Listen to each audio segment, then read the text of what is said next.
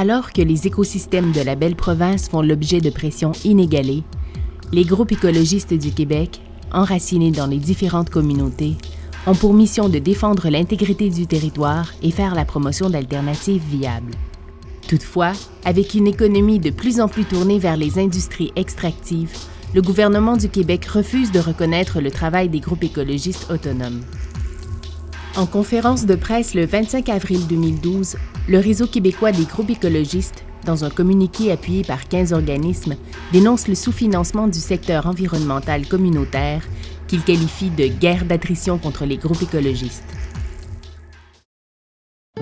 Après 10 ans de revendications par le milieu communautaire québécois, le gouvernement a introduit en 2001 une politique d'action communautaire visant à reconnaître et financer le travail des quelques 5000 organismes communautaires de la province, tout en mettant en valeur leur autonomie vis-à-vis l'appareil gouvernemental et le secteur privé.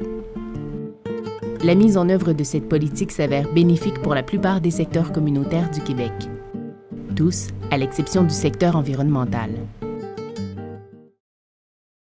Peu après l'introduction de la politique d'action communautaire, le ministère du Développement durable, de l'Environnement et des Parcs procède à des coupures dans les programmes visant à financer les groupes écologistes, particulièrement les groupes locaux.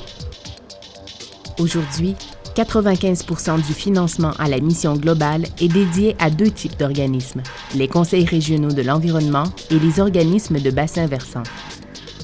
Selon la politique d'action communautaire, les ministères doivent prioriser le financement aux groupes d'action communautaire autonomes. Toutefois, les conseils régionaux de l'environnement et les organismes de bassin versant ne répondent pas aux critères d'action communautaire autonome, notamment par la présence de compagnies privées et d'acteurs municipaux parmi leurs membres et leurs conseils d'administration. De plus, la politique d'action communautaire précise que tous les ministères du Québec doivent participer à la politique. 11 ans plus tard, 2 ministères refusent toujours de se conformer à la politique d'action communautaire. Le ministère de l'Agriculture, des Pêcheries et de l'Alimentation et le ministère des Ressources naturelles et de la Faune. Depuis les coupures, le nombre de groupes écologistes est en déclin. Les groupes doivent composer avec peu de moyens et leur marge d'intervention sur la scène publique est compromise au profit des lobbies corporatistes et des fondations privées.